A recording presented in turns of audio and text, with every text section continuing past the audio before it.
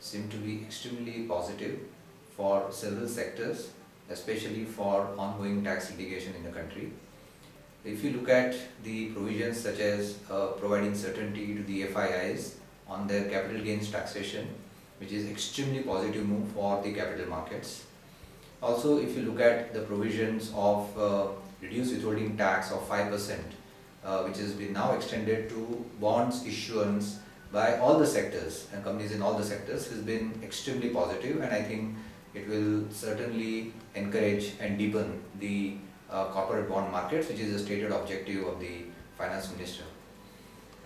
Several measures have been taken and provided for the real estate sector, extremely positive, and I think that should give a lot of fillip to the real estate sector in the country. The real estate trust provisions have been considered by the finance bill, and the tax pass-through has been provided. This will provide certainty to the REIT mechanism, which have been awaited by the real estate sector for long, and hopefully SEBI will now notify the rules on REIT, and it could become a grand success.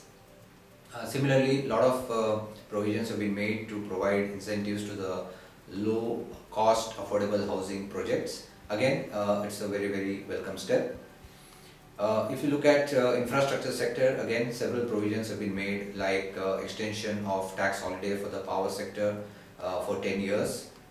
Again, could be a big boost for the power sector companies. Similarly, manufacturing sector also has been considered, and investment allowance provisions have been made for the new additions of plant and machinery by manufacturing companies. Again, it should provide much needed support to this sector as well. If you look at the provisions on the dispute resolution, special efforts have been made by the finance minister to address some of the concerns by the foreign investors as well as Indian taxpayers. First and foremost, dealing with the retrospective amendments of indirect transfer, and specific commitment made by the finance minister that no such retrospective provisions would be made going forward basis, and constitution of a high-level committee to deal with the tax litigation arising out of indirect transfer is a welcome step. Of course, it may not completely reduce tax litigation, but it will certainly address this issue to a large extent. Similarly, AAR provisions for resident taxpayers is a welcome step.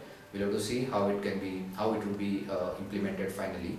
And the last point, with regard to the transfer pricing provisions, APA seems to be a great success today, and government has recognized the success of APAs, and therefore there is clearly an intention to clear all the APA applications expeditiously, as well as the rollback of the APA agreement between the SSC and the tax office for previous 4 years as well is a step in a welcome direction. So overall, a lot of positive measures, lot of positive provisions which have been announced by the finance minister.